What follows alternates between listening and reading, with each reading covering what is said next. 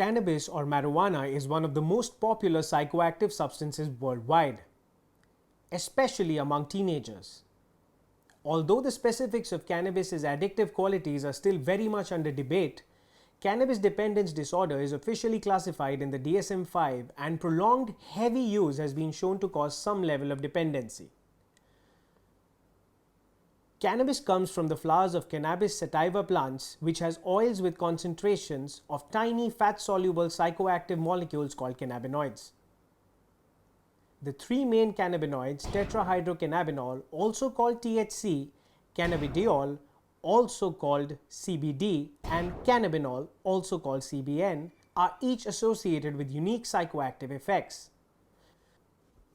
For example, THC is associated with high-grade recreational marijuana and produces effects like euphoria, analgesia, mild hallucinations, and an increased appetite.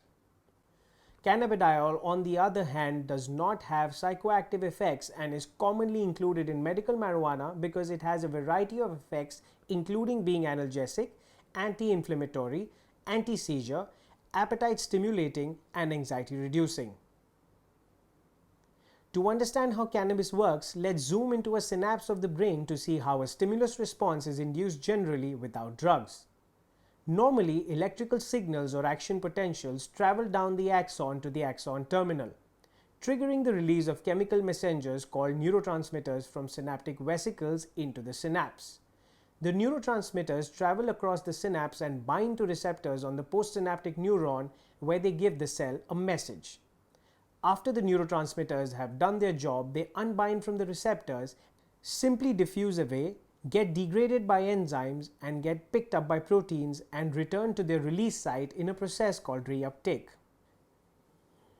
When cannabis is consumed, the cannabinoid compounds it contains bind to cannabinoid receptors which are found in the central and peripheral nervous system as well as certain types of cells like immune cells. These receptors are normally stimulated by endogenous cannabinoids, also called endocannabinoids. A real-world example is the runner's high phenomenon, in which a naturally occurring endocannabinoid like anandamide gets released during strenuous exercise, making the runner feel less anxious.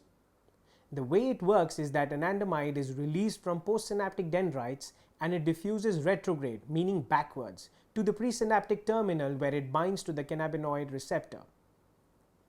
At that point, there are intracellular changes that ultimately lead to a change in the flow of calcium and potassium across the presynaptic cell membrane, which inhibits depolarization.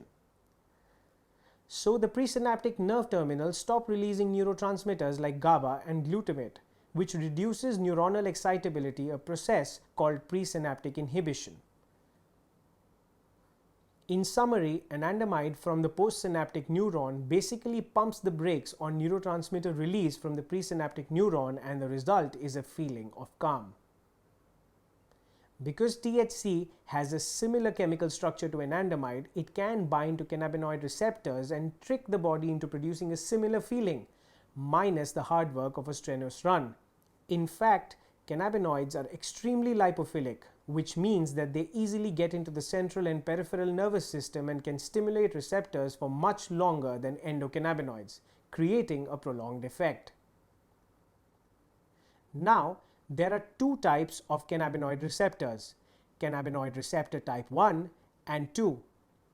Cannabinoid receptor type 1 is mostly found in the central nervous system and is highly concentrated in areas like the cerebral cortex, cerebellum, hippocampus, basal ganglia, hypothalamus, and spinal cord.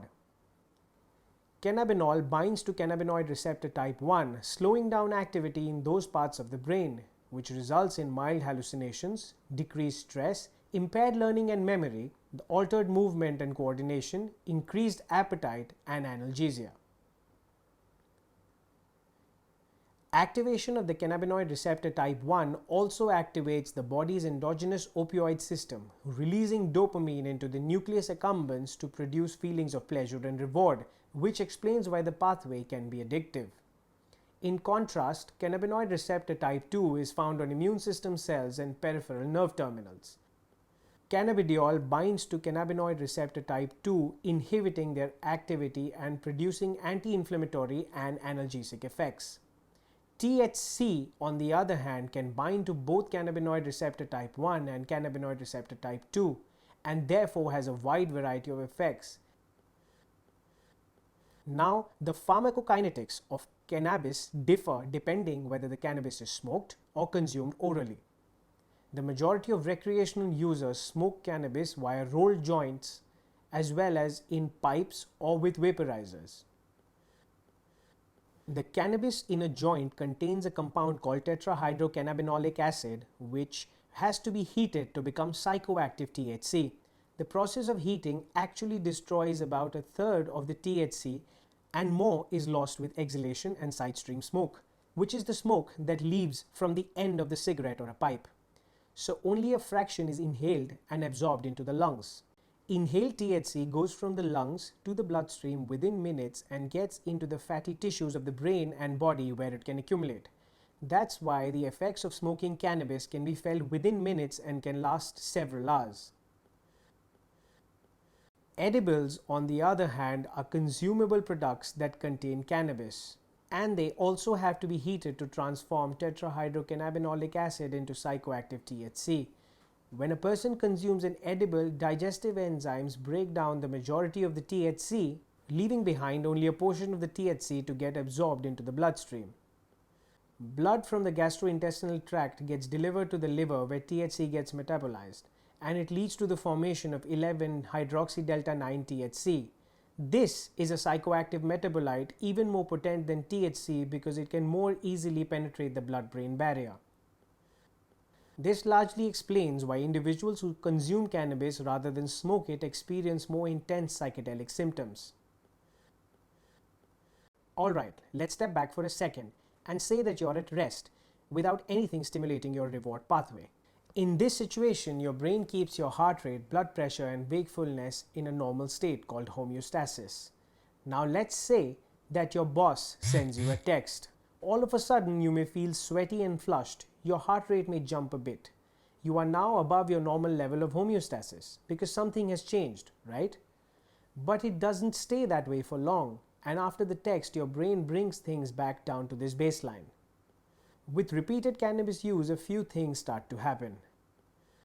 Let's say you smoke or ingest it at a specific time and setting, like on the porch at 6 p.m. after dinner.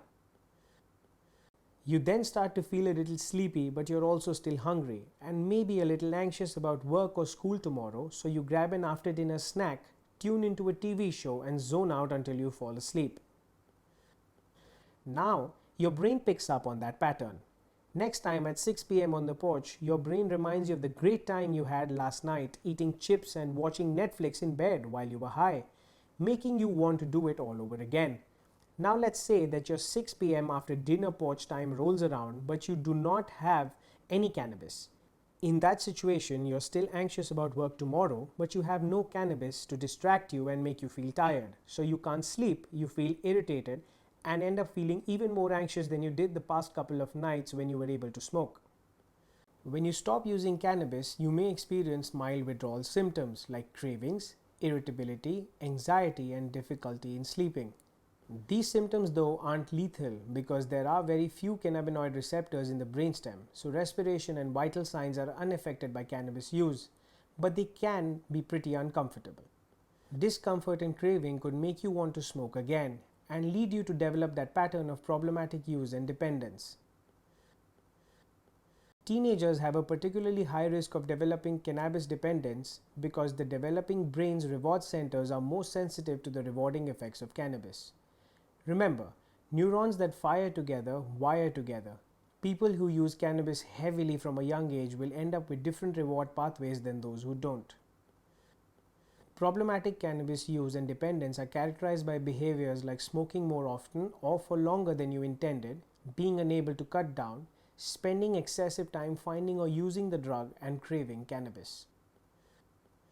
You might also have a problem if your use negatively affects your ability to work, go to school, stay physically safe, or have a positive home life and healthy relationships, especially if you continue to use despite having those problems. Finally, you might be dependent on cannabis if you develop tolerance to its effects and need more to feel high, or if you experience withdrawal symptoms. Severe cannabis dependence has been associated with the development of anxiety and depression, as well as psychotic disorders like schizophrenia. It is difficult, though, to establish causality, and it's also possible that individuals already predisposed to mental health problems may be using cannabis to self-medicate. Research into the long-term physical effects of cannabis is also ongoing, and there seems to be an association between smoking cannabis and hyperinflated lungs, chronic bronchitis, and an increased risk of respiratory infections like pneumonia, as well as a tentative association with heart attacks and strokes. Cannabis dependence is largely focused on reducing usage, often through a combination of medication and treatment. One medication that helps with symptoms of cannabis withdrawal is an anti-anxiety medication called buspirone. Most behavioral treatment involves individualized psychotherapy or group programs.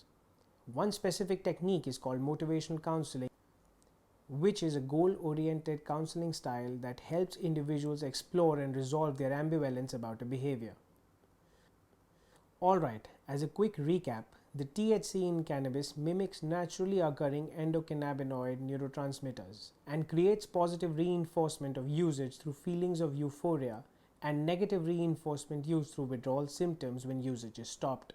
Long-term use can in rare cases lead to dependence, which is the reliance on the cannabis or THC to function normally.